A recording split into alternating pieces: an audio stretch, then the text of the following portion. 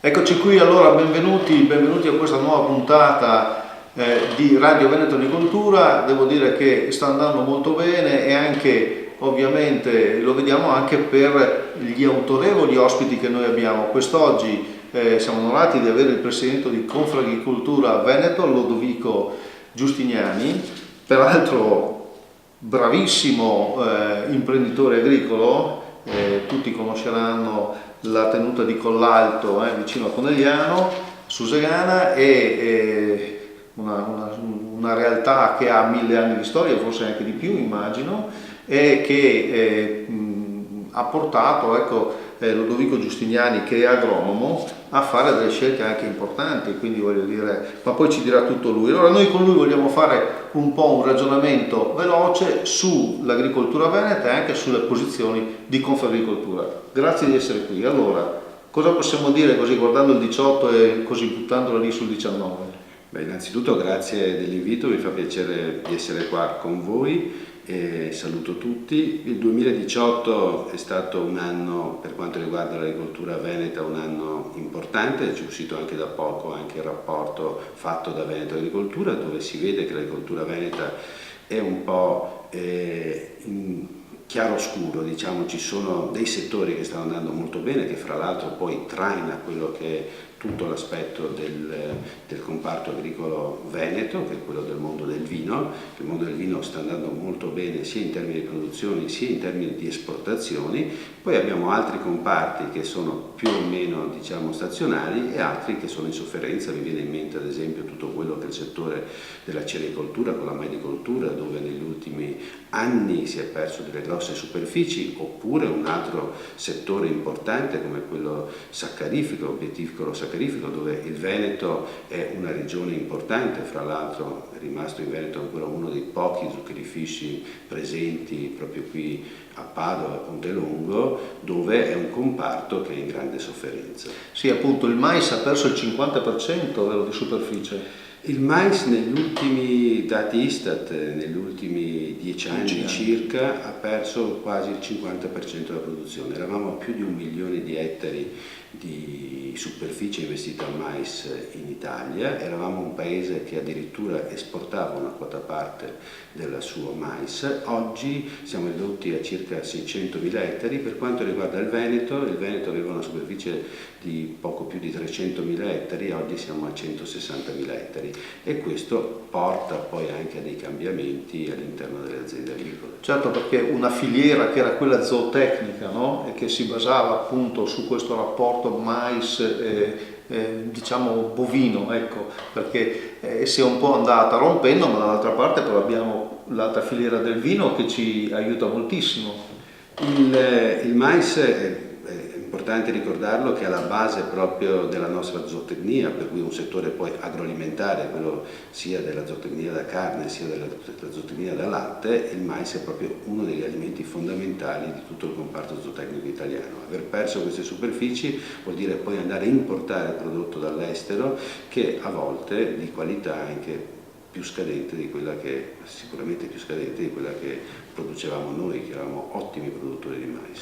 Ecco, questo cambiamento che c'è stato in questi 10 anni e anche l'azienda agricola si è un po' modificata, diciamo gli anziani piano piano lasciano i giovani, la superficie agricola aumenta, ecco, parlando proprio a Confagricoltura che guarda, diciamo, alle aziende più grandi, ecco, per quanto riguarda la superficie. Ecco, noi abbiamo avuto un cambiamento anche all'interno della struttura dell'impresa. Negli ultimi anni abbiamo, a livello italiano, che poi si vede anche a livello veneto, abbiamo un cambiamento di quello che è la struttura dell'azienda stessa. Vediamo come l'azienda aumenta in superficie, per cui l'azienda media italiana negli ultimi anni è cresciuta in termini di superficie. Sono diminuite il numero di aziende presenti nel comparto agricolo italiano e anche veneto.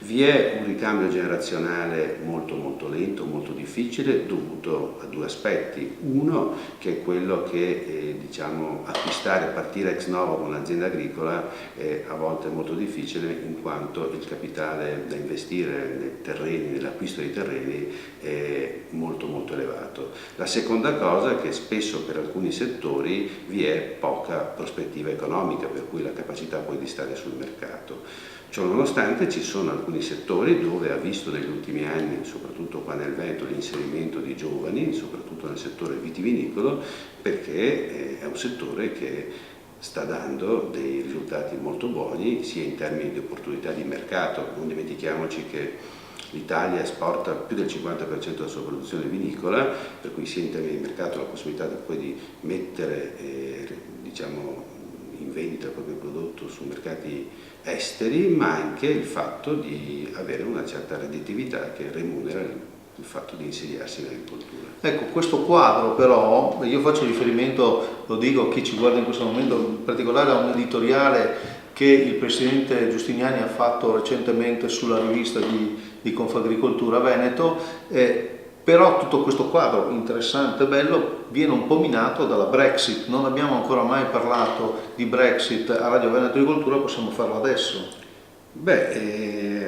Proprio tornando al fatto che molto del settore viticolo, ma non solo, dell'agroalimentare italiano viene esportato, ci sono magari delle dinamiche che sono al di sopra delle nostre possibilità di andare a modificare, ad esempio quello che è la Brexit. La Brexit, che è l'uscita della Gran Bretagna dall'Unione Europea, può portare dei cambiamenti importanti su quelle che sono le relazioni commerciali fra l'Italia e il Veneto in particolare verso quel paese. Si sta parlando proprio in questi giorni di una soft Brexit, cioè una Brexit dove tra l'Unione Europea e la Gran Bretagna vengono decisi tutta una serie di accordi commerciali, e invece anche di una hard Brexit dove dall'oggi al domani la Gran Bretagna esce dall'Unione Europea senza nessun tipo di accordo commerciale. Questo vuol dire che dall'oggi al domani ci troveremo dazi alle importazioni, dogane che vengono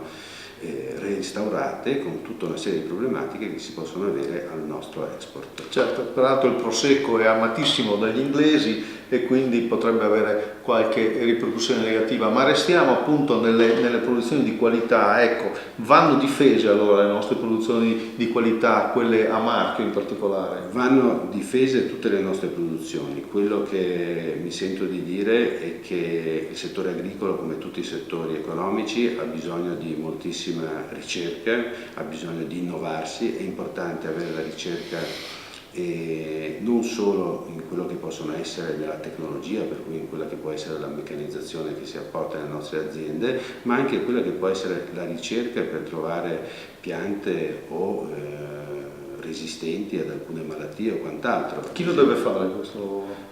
Diciamo che la ricerca la deve fare, a mio avviso, gli enti preposti, come possono essere l'università o che può essere, ad esempio, abbiamo un ottimo centro di ricerca che il CREA a livello del Ministero, e poi spetta invece l'applicazione di questa ricerca, per cui per vedere come applicarla all'interno delle aziende, a Veneto Agricoltura.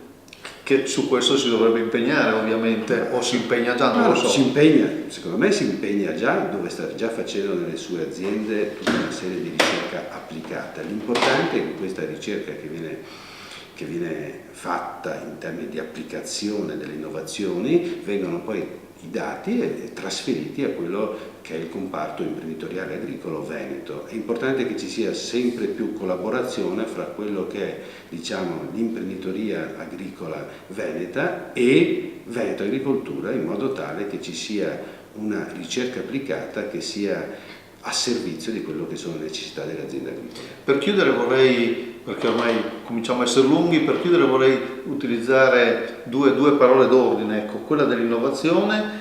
Lei parla di cisgenetica e di genoma editing, così ce lo spiega, ma soprattutto ci fa capire qual è la direzione che Confagricoltura chiede, e poi dopo dobbiamo parlare un attimo di boschi. Certo, la cisgenesi e il genoma editing sono due pratiche che vengono utilizzate nel miglioramento genetico.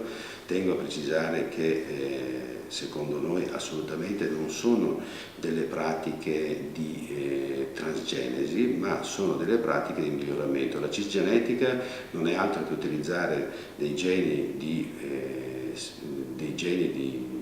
varietà all'interno della stessa specie, andando a spostarlo da una varietà a un'altra, mentre il genoma editing è all'interno della stessa varietà andare a togliere o spostare all'interno del corredo all'interno del genoma da una parte all'altra o togliere un specifico gene. Non dimentichiamoci che i geni sono poi quelli che possono essere responsabili, ad esempio, del fatto che alcune piante possono essere resistenti ad alcune malattie, possono essere più resistenti o meno alla siccità e possono essere, diciamo, adattarsi a quello che possono essere, ad esempio, i cambiamenti climatici, che stiamo andando verso, diciamo, degli aspetti di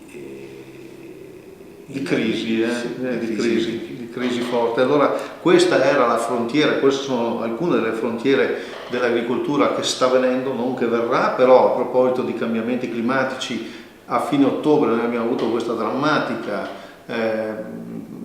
tempesta chiamata Vaia, e su questo si discute molto. Allora anche la posizione di Confagricoltura, abbiamo lì il legname. Diciamo, cosa è successo a fine ottobre qua in Veneto è qualcosa che nessuno si immaginava che potesse succedere. Sicuramente molti dicono che sono dovuti agli effetti anche del cambiamento climatico. Sta di fatto che oggi abbiamo una grande massa di legna che è a terra, e questo può essere un momento di riflessione per rilanciare quella che può essere una filiera del legno qua nel Veneto, una filiera del legno che, bisogna ricordare, il legno può avere due utilizzi: uno legna da lavoro, per cui per fare tavolame, mobili o quant'altro, case, e l'altra è invece da biomassa, cioè l'utilizzo come fonte rinnovabile di calore. Ecco, di questo Ludovico Giustiniani ne sa molto, perché nella sua l'azienda di Collato, tra 1000 ettari, sono circa 1 migliaio di ettari, appunto, ha ben 3 impianti a biomassa. Negli anni noi abbiamo cercato, una parte dell'azienda agricola è condotta a bosco, noi siamo nella provincia di Treviso, dove il più del bosco è a cielo, per cui la destinazione è legna da ardere. Negli anni abbiamo realizzato delle caldaie a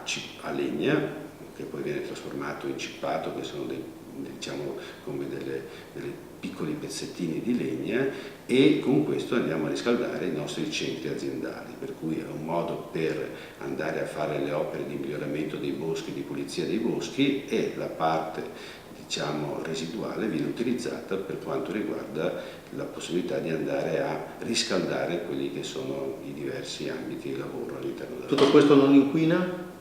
Tutto questo non inquina, nel senso che oggi la tecnologia a disposizione, che è messa a disposizione con le nuove tipologie di caldaie che bruciano a elevate temperature, sono dotate di cicloni per l'abbattimento delle polveri sottili, hanno emissioni in atmosfera che sono molto molto basse. Un caminetto inquina molto molto di più. Grazie a Ludovico Giustiniani, presidente di Confagricoltura Veneta. Ripeto, lui ha un'azienda straordinaria, è un'azienda che ha storia. Il Castello di Collato è famoso in tutto il mondo, loro sono una grande famiglia, nobile peraltro. Grazie mille. L'appuntamento con Mimovita e poi anche con Renzo Micheletto e con i nostri ospiti alla settimana prossima. Arrivederci a tutti.